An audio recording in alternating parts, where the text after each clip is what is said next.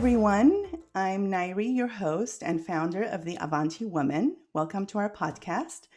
The Avanti Woman is a platform dedicated to empower, connect, and build women to move forward and thrive in healthcare, finance, entrepreneurship, and philanthropy. Today, we have with us my dear friend, colleague, and co host, Sarah Chetak. Good morning. Good morning, Sarah. An inspiring young woman, 9-year-old entrepreneur and philanthropist, Angelina Demir. Hi, Angelina. Hello. Good to have you. And our lovely guest, Maro Matosyan, Director of Women's Support Center in Yerevan, Armenia. Welcome, Maro. Thank you. Welcome. Very good. So, from the inception of the idea for this platform, the Avanti Women, philanthropy and giving was really what it all started with. I remember it was December 2018. And, that is a time where magic happens for me. It's Christmas. It's the most beautiful time of the year. It's my favorite time of the year. And I believe that miracles happen when you really believe in them and expect them. So we had started the Avanti Women, and my spirit was moved, and something was placed in my spirit to do something kind and good for a woman, or maybe for a family of women and children that were in dire need. So I remember I prayed about it and I put the intention out there. And within 3 days, I received a letter from this wonderful woman. Her name was Susan Shear. She had cerebral palsy and was a paraplegic. Her letter asked me if I could be her guardian angel and bring her the miracle of quality of life. So, Susan was wheelchair bound, and she was unable to move around and transport herself from and to her bed and back to her wheelchair. And so she ended up actually staying and sleeping in her wheelchair, being unable to move around throughout the day. And her and her husband in their 60s lived in a very small apartment with 1 bedroom. And they had a very rough life. So what she needed, she wanted us to help her get state-of-the-art equipment, an electric chair and a lift chair to be able to give her that quality of life. She couldn't do it because it cost thousands and thousands of dollars. So I knew right away that this was the miracle that we had to be for Susan Shear. So I remember I reached out immediately to my friend Sarah Chetak, and also to a good friend who always supports these causes, Ani Manukian. And we created a GoFundMe campaign. And in 3 weeks, we actually had amazing women from the East Coast and West Coast put together their funds, and we raised the thousands of dollars needed to be Susan's Christmas miracle. And so this is how the Christmas Kindness Project was born. And I vowed that this will always remain the signature event under our philanthropic arm. So this past year, for our annual Christmas Kindness Project in 2020, unfortunately, we didn't have to search so much to find the need for that Christmas miracle. And our focus being women and children, the need, the calling, it was everywhere. It was in front of us. It was unavoidable. It was heartbreaking. It was unescapable. I mean, I have no words to describe how immense that need was. And we quickly knew that we had to act. And again, with Sarah's help, we found and partnered with a credible nonprofit organization on the ground to carry out our good deeds and our goal of kindness. Now, I don't want to tell you myself what that need was. I want you guys to hear it from Maro, who was there on the ground. But I will allow our guests to do it. But what I can tell you guys is that there is no exercise better for the heart than reaching down and lifting people up. It's a joy that is immeasurable. It's the most beautiful feeling you can ever experience. So with that, I'd like to welcome our amazing guest, Maro Matosyan, with the Women's Support Center in Yerevan, Armenia. Hi, Maro. How are you today? Hi. Very well, thank you. So good to have you here, Maro. Thank you for joining us from Yerevan, Armenia. So please tell us about yourself a little bit and the Women's Support Center. Share with us when and how did you start Women's Support Center and why did you create a women's focused organization? Mm, very interesting question because people do not really touch on the woman's part of the woman focus. Well, that's all we're going to be touching on today. Exactly, very good. So I moved to Armenia from United States in 1991 with my family. And I worked for the Aznavour Foundation at the time as a country director.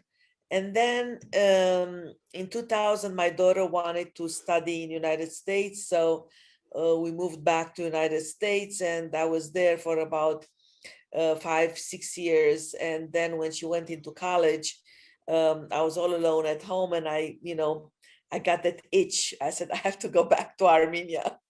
And fortunately, I was hired by the Tufenkian Foundation.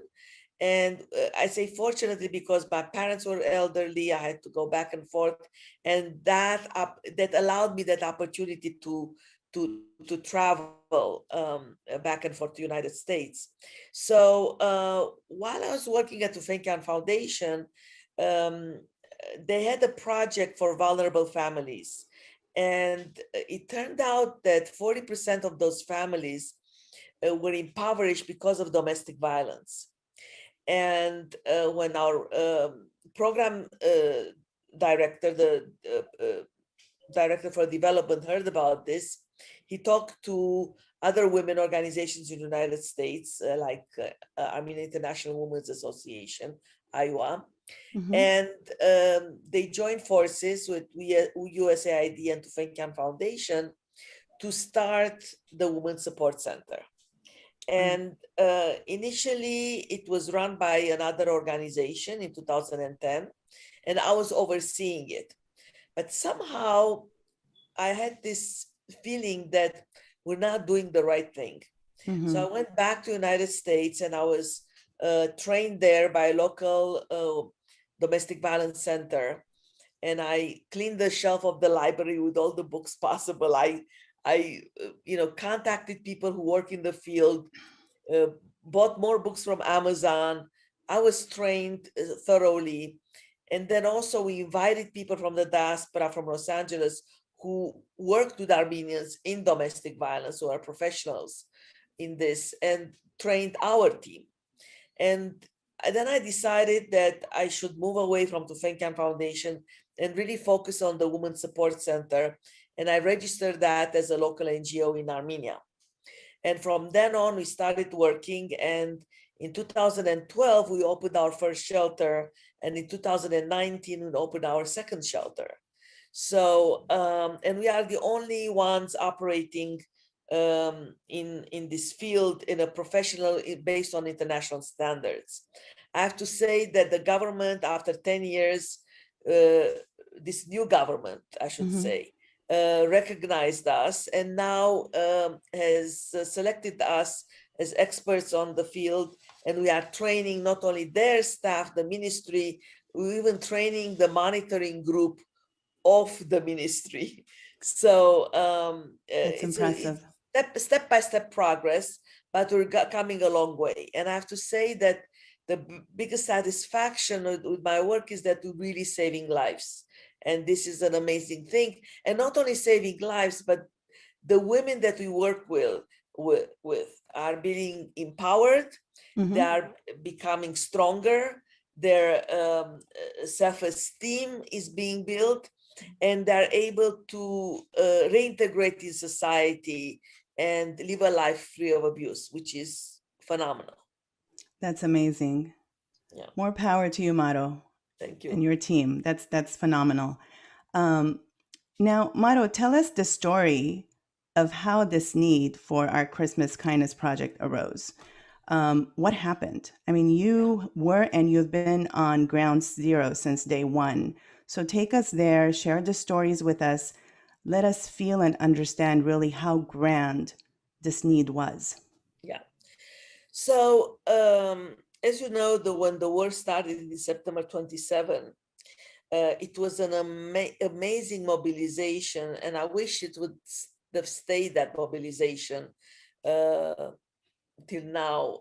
People were united, people were, really coming together.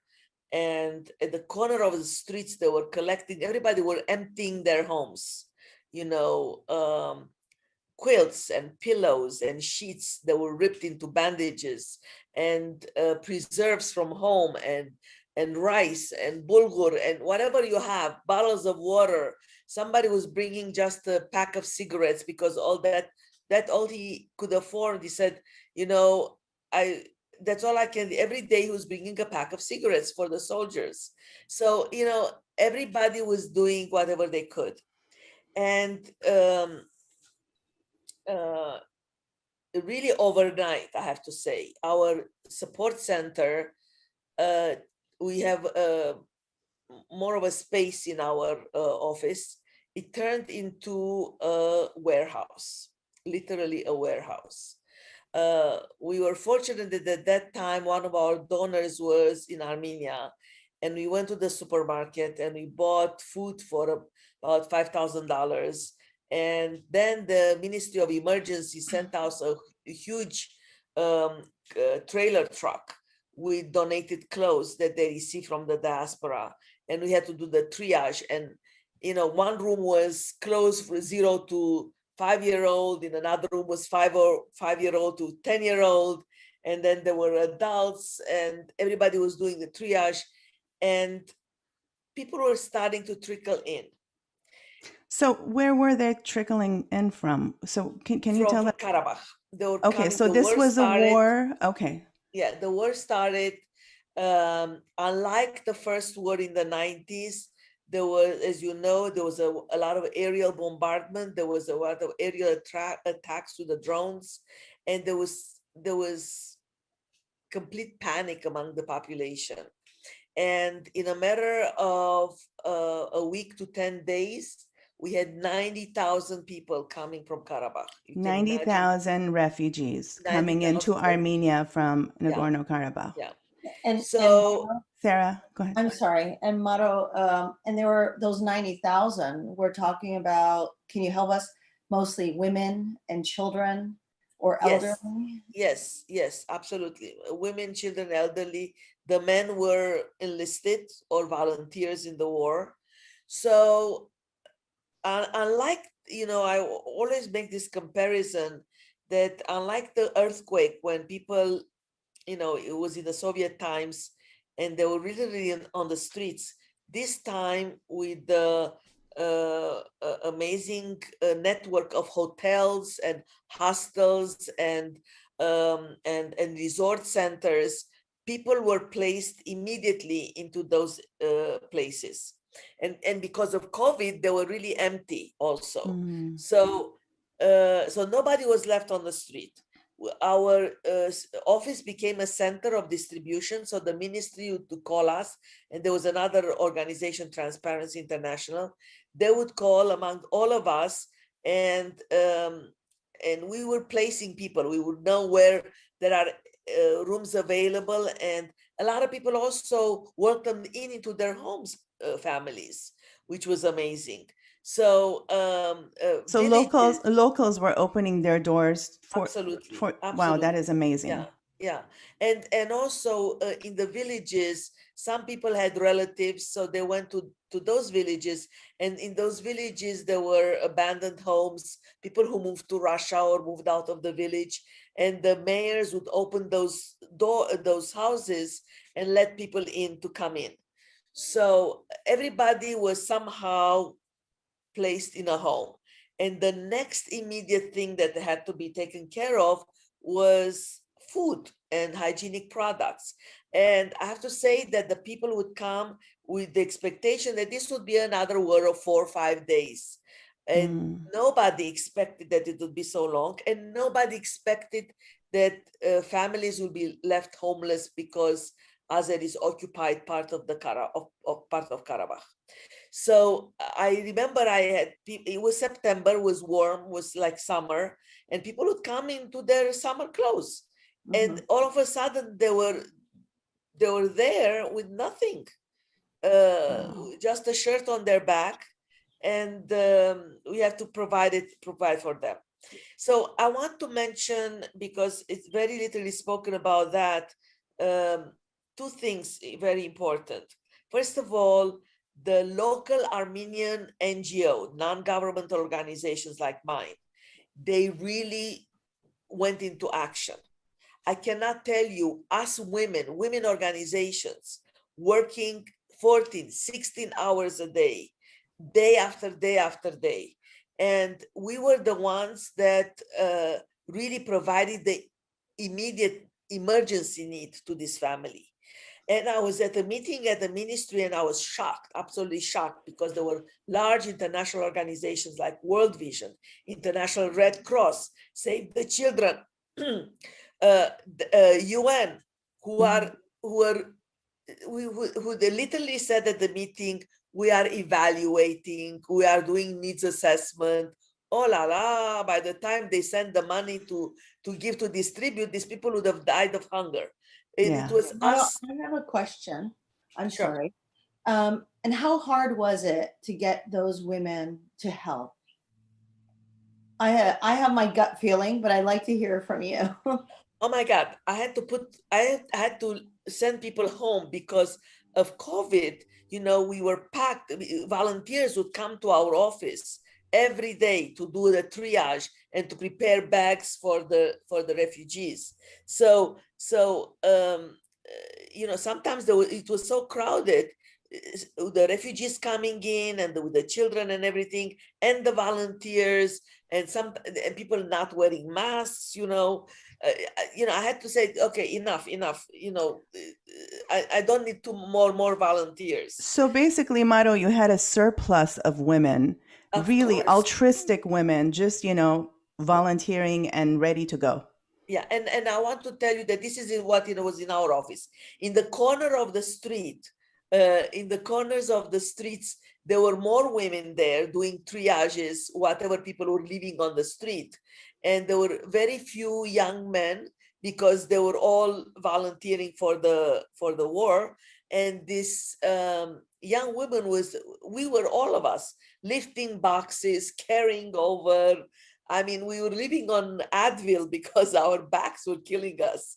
But you don't feel the tiredness. I guess the Yeah. adrenaline is going, Yeah. and we really continue to distribute. So I what I'm hearing from you, Maro, is that the Yeah, need was so great, so grand that there was, yeah, let other organizations do needs assessments, but the needs were right there in front of you, and there was no time for assessment. You just had to absolutely. to You dive you in and need give to it. you need to go into action immediately. Share with us a little bit, just very quickly before we kind of continue. Um, what part of the world are we talking about? Share with everybody what part of the world, what kind of terrain, the Yeah. just very So briefly. so Armenia is a small country of about almost 3 million people, and they are situated bordering. It was a part of a Soviet Union and now an independent state, bordering Iran and Turkey and Azerbaijan and Georgia and Mara, maybe Uzbekistan. you can also kind of help explain, the terrain. Are we talking about mountainous regions? Yes. The difficulty in which people in that area live in, and what does the winter mean to Yeah. them? Yeah. Well, Karabakh is a beautiful mountainous region, very lush in its nature. Um, High mountains. Great. So, I remember when this war was happening back in September, October. I received a lot of emails from Armenia, from Karabakh, lists of families, women and children that needed our immediate support. They had been displaced with nowhere to go, homeless. Like you said, in the Caucasus Mountains, it was wintertime, it was freezing cold, and these people had nowhere to go and needed our help. So obviously, we quickly began our fundraising campaign, but we needed to find a credible organization to partner with. And this is where Sarah came in. And Sarah, since you've been the catalyst to introduce the Avanti Woman with the Women's Support Center, why don't you take it from here and tell us how did you know about Maro and her organization? Yeah, thank you, Nighty. I actually belong to an amazing book club called Audience Book Club that was established 12 years ago with 9 other wonderful women. We had two things in common. We all love to read books, and we all focused and wanted to help women and children in various needs. And so each month we come together, we talk about the book, and then we also collect money among ourselves and we do some fundraising just among ourselves. And we decided to participate and fund various projects that would support women and children in various aspects. We've done micro financing for entrepreneurial businesses for women. And we've also done various projects that would for with social and emotional impact, such as the knitting project. We found Motto, and it was really a perfect marriage for us. She was what they say, boots on the ground, and working directly with these women, anticipating their needs and making sure that the products and the goods that they needed reached them, and it was a success. I know Audience Book Club is overjoyed with the results of these programs. So really, Motto, thank you very much for all of the effort and the hard work, because it really is very difficult to be boots on the ground all the way on the other side of the world. Yeah. So thank Yeah. you. I Yeah, know, I know, I know. and That's thank a great you. difficulty, but it's sometimes it's harder to find people with a good heart. Believe me, it's what Good I do is heart, not that much. honest, with Yes, integrity. And that's why Sarah's so grateful to you that you made this connection, because it's easy for us to do the fundraising, but everyone wants to know that the funds that you're raising are going where the true needs are. So Motto, having you in the organization so transparent, you shared with us consistently what you guys were doing and so forth. So we're very grateful for this. And what I want to do now, actually, I want to announce how much the Avanti Women Christmas Kindness Project raised. So we raised $12,250 to support the women and children displaced during the war. And we had over 40 individual donations from men and women, whom we are super, super grateful to. And I want to specifically highlight a few of the donations. The first is the Ram Bojwani Family Foundation. They donated $2,500.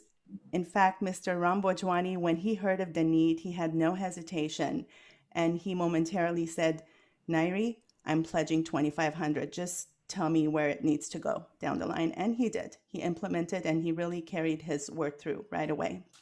So thank you, Mr. Bojwani, and thank you, Ram Bojwani Family Foundation. The next is Audience Book Club, which you guys just heard about. Sarah is part of the book club, and they donated $1,000 immediately upon hearing of the Christmas Kindness Project and the dire need in Armenia. Thank you, Audience Book Club. Third, thank you. Third is the UC Irvine Armenian Alumni Association, led by its president, Silva Karagosian. They not only made individual donations, but also highlighted the fundraiser on their social media campaigns and platforms. Thank you, UC Irvine. And finally, this is a very lovely, interesting, and for me, very dear to my heart introduction.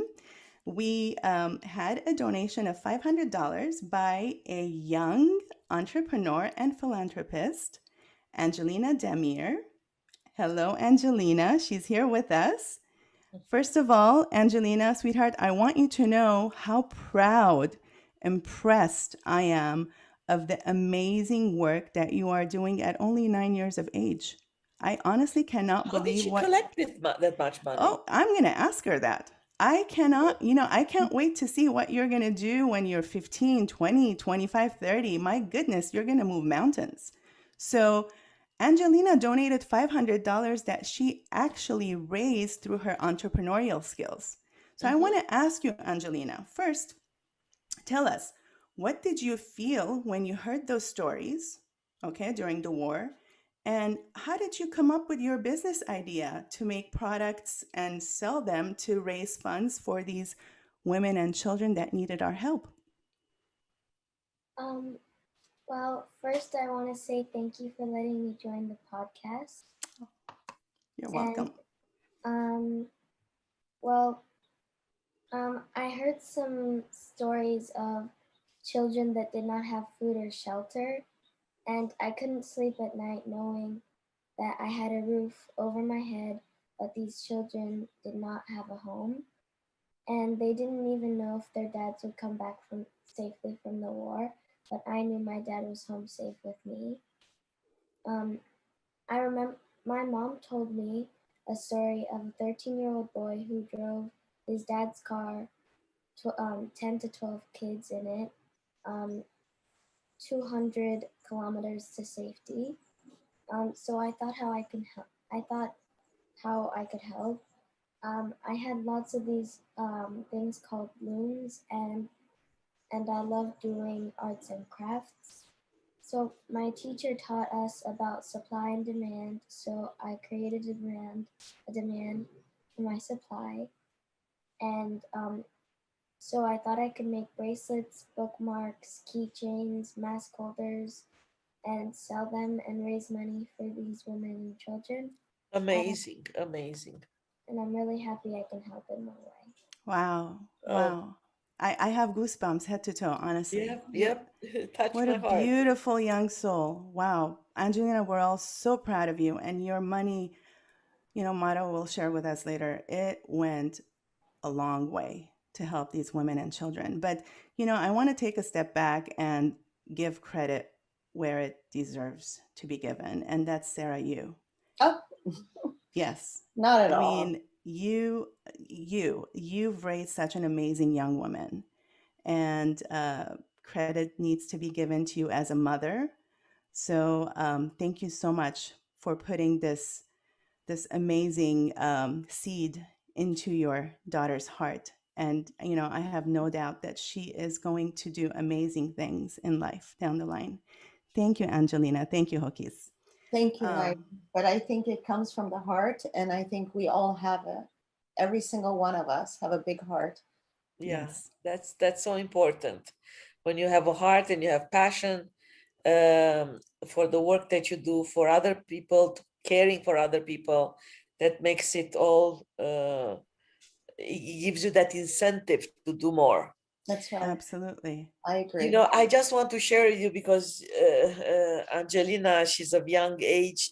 We went to visit a family, and among all the needs and all the losses that they've suffered, and everything else, and injured, they had an injured son, I believe, or the father was injured. I don't remember anymore.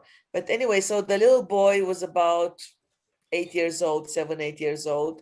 So we asked him, so what do you need? What do you want? And he said, I want a watch, hand watch, A hand So wash. we gave him one next time we visited him. But that is important. It's important for children to feel that life goes on despite the tragedy, despite the hardships, and we need to pull ourselves out of the situation. And I have to give a lot of credit to the mothers, Yes. because not only many of them, I saw on their faces the tragedy, the desperation, when you uh, the the fear of the unknown, that you don't know where your home will be, what will happen, Hmm. um, how you will take care of the family, and yet they would pull themselves together and take care of the daily life's routines of cooking and washing and taking care of the kids.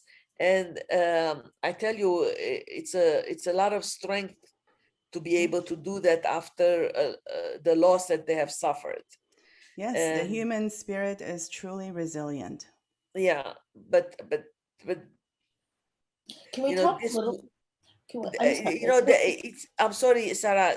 It says that war touches more women because they are left behind to with poverty, with loss of family member, Mhm. and they have to take care of the family on their own, Yeah. and their resilience is unbelievable. Yeah. Yeah. Sarah, you had something to say? Well, I wanted to ask Mado, maybe we can talk a little of the specific families, Yeah. really Actually, briefly. Maro, Or, I wanted to ask you to please share with our donors and our listeners overall, how many families were you able to help with the amount raised for the Christmas Kindness Project as a big picture? And then what were their needs and how did the Women's Support Center assist specifically? And then, like Sarah had just started to say, you shared with us stories throughout the whole time as you were implementing the support. And one story resonated with us so much. You were talking about, I think it was a family of 10 women and children. They were living out of a container during these harsh winter months. So share these stories with us.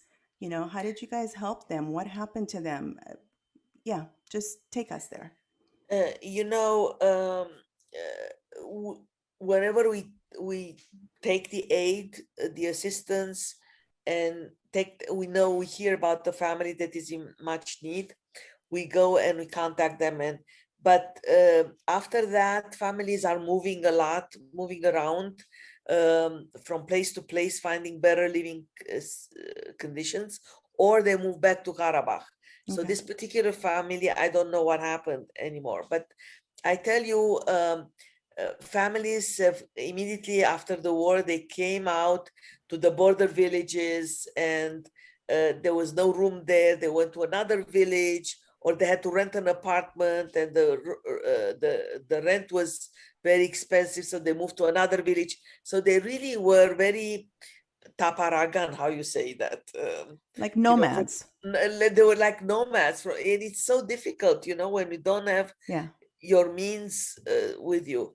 Anyway, so this I met a family, and it was heartbreaking because um, she lost her husband. She lived with her mother and her three children.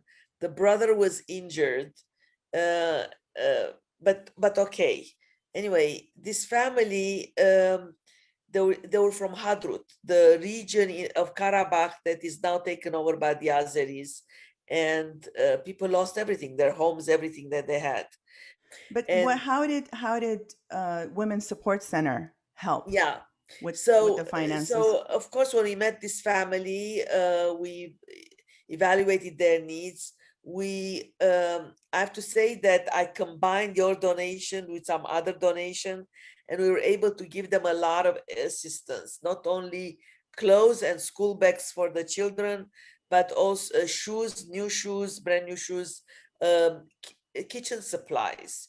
I Hmm. mean, pots and pans and plates and mugs and spatulas, electric um, kettle, all the things that they were needed right away. And this particular family also had difficulty to heat themselves during the winter. So we promised them that we will buy them wood for the coming winter if they will not move to a better housing. The houses where they live, especially the ones in the villages, they're very in a precarious state. However, we also visited refugees in the Yerevan area that live in dormitories or schools. After February, the hotels had to be emptied out. So whatever refugees were left, they were placed in schools or dormitories, and they live Yeah. communally, so to speak. And That's great. So from what I'm hearing, Maro, is you ladies really helped a lot with their immediate necessities of life, right, clothing, blankets, heating, exactly, supplies, exactly. etc. And so how many families did you help? Last time when I wrote to you, I said 105. 102. Now Yeah. we are at 120. 120. So that's Yeah, great. So 120 families. And believe me, this is not a certain things we give standard, like blankets, we uh-huh. gave to everybody. But we also look at the specific needs of the family. There are families with newborns, and Mm, they need special attention, and you want to a little bit uplift that family and give them a little bit something special for the newborn child, uh, to make the environment a happier one. right. There are kids that they start their first year in school and you want them to feel, and we give coloring pencils and school supplies. So we really try to reach out. We were fortunate to team up with Médecins de France, Médecins du Monde, Hmm. Doctors of the World, and they also provide, if they go to the doctor and they need medication, they pay for that medication. But you cannot imagine the the happiness of these people when they see us coming with the bags and with diapers and washing powder and soap. You just cannot imagine the for of all those problems that they have, is just a relief on them, Yeah. that Yeah. and it gives them strength, because they feel that they know that I'm from the diaspora, and the fact that we're reaching out to them and we're supporting them, that gives them the hope that they're not alone, that, Yeah. that they will overcome this. And this is very important. And sometimes our social workers go together there, and some people, they need a little bit counseling, a little bit uplifting. It's not easy to go through all those hardships. So you're not only providing, from what I understand, so you're not only providing the needs, the necessities, that immediate needs that they need, they have. You're also actually providing social and emotional support. Mhm. So that's amazing, Maro. Thank you so Absolutely, much. Yeah. absolutely, because I tell you, it's sometimes situation occur in our life that we slowly get into it. We're getting prepared. We understand that difficult times will come, but when a shock comes like this, that from overnight you lose everything, and you might lose even a family member, that's terrible. Yeah. Yeah, So, would it be fair to say that the Christmas Kindness Project and the amount that we raised really served its purpose? It got to where it needs to go. absolutely. Yeah, And so thank you all who donated, who supported, because, it went a long way. And thank you, Maro, to you and your organization for implementing this project. So, Maro, how can people help support the Women's Support Center? Even though our project was completed successfully, there's always room for additional support. yeah, And the need is always there, and there's always, new needs coming up, right? yeah, yeah. So tell us, how can people help support the Women's Support Center? And Ani, if you can put up that slide, that would be great. Sure, just give me 1 second. I'll pull it up while you guys are talking. Well, now we see a connection between our work and the refugees. I have to say, yeah, Wow. we go there. You see the diapers, and you see the Uh-huh. name of the family on the bottom right. Yes. For Yes. we prepare individuals, for individual families, and this is Wow. in the village. This is the Hadrut family I was telling you about. Surely you can Uh, see they're all women and kids. yep, yep. Yeah, they're all women. I mean, we rarely saw men, to tell you Yeah. frankly. These are the women. I'm sorry if you come back. This one in the wheelchair. We housed them at our shelter. One of our shelter we emptied out. We moved to the other shelter, and we were able to house refugees in September and October at our shelter. Yes. That's great. And So besides I know, Ani, can you go back to, yeah.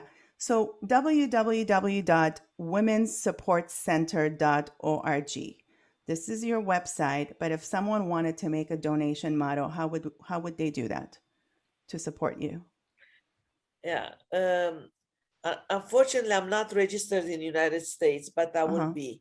But in order to have a tax deductible donation, checks should be written to Tufenkian Foundation, Okay. and in the memo to put WSC. Very good. So you can write a check to the Tufenkian Foundation, Tufenkian Foundation. At the memo section, you can put WSC Women's Support Center. And where should the check be mailed to, And Maro? it should be mailed at 20 Capitol, Capitol, Capitol Drive, Moonachie, New Jersey, Moonichie, Moonachie, New Jersey, 07094. Very And good. it's on our website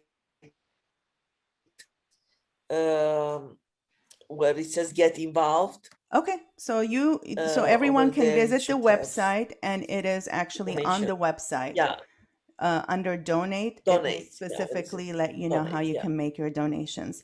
That's fabulous. Maro, if you could use one word, just one word, to describe the work you and the Women's Center does and the impact it creates, what would it be? I would guess saving lives. That's beautiful. Saving lives. Saving And lives, definitely. And in our work and with the refugees, you know, we all need a little bit of help and support in times of crisis and in times of need. yes. And when you see that family is lifted a little bit, and it's given that hope, and Armenians, we are hard workers, and I'm sure things will lift up from the here on. Amen.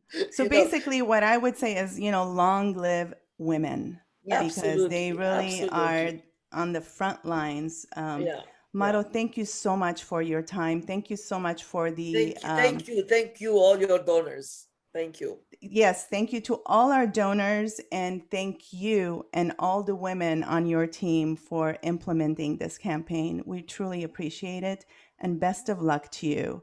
Thank you. Now, I want to actually go to our lovely 9-year-old lady, Angelina. Honey, what would your last message be to all the young girls your age who are listening to this podcast? What would you say to them? What would your final message be? I would say that helping and giving feels good and that they should try it too. Wow, that's amazing. Helping Beautiful. and giving feels good, and they should try it too. Yes, young ladies, you should all try it. Yes. Absolutely. Yeah. Sarah, your last message, your words of My words. I think, thoughts. yeah, maybe not as wonderful as Angelina's words. There, she was really eloquent in being brief and right to the message. But I like to just kind of share a little differently, where there's been a lot of neurologists, neuroscientists that are making all kinds of discoveries about the brain. And it looks like the parts of the brain that light up when you give is the same part of the brain that lights up when you indulge in your favorite dessert or when you're falling in love and all of that. So the connection of giving and falling in love is actually in the same part of the brain, if Wow. you can imagine. And there's so many wonderful charitable organizations supporting women and children, many focused on health and education and finance. Studies have indicated that poverty can destroy a relationship as well as a family. But educating women in health and economics empowers them and it elevates the entire family. Absolutely, Wow. Sarah. Well said, Well Sarah. said. Well said. Well said. Sarah, and I want to tell you that some women that we know that their husband have died, and they married at a young age, and they don't have any skills. We try to hook them up with vocational schools to learn a trade, to learn to get a skill, and also that helps them mentally also in their lives. And absolutely, that giving what is it? Is it cortisol? Is it something that a hormone that starts? It's like serotonin, it's the happy Exactly, hormone. It serotonin. does. Yeah. exactly. So It what helps you. I say is that, remember, there's no such thing as a small act of kindness. Every little act matters. Every little drop of water is what makes up the ocean. So again, every little act of kindness matters. It actually creates a ripple that has no end. It touches lives, it touches communities, society, and humanity at large. So, my message is keep giving, keep helping. You never know whose life you will touch, you'll be touching. You never know whose miracle you'll end up being. And you never know whose prayers you'll be answering. So, with that said, thank you, ladies. It was a wonderful Thank you. session. Thank Keep you. doing the work. And for all of you who have any questions, if you have comments, if you have ideas, please visit us at www.theavantiwoman.com. And you can also reach out to us on our social media platforms, Instagram, Facebook, Twitter, at The Avanti Woman. Thank you all, and may you all have a blessed day, and we'll see you soon next time. Thank you. Thank you. Bye.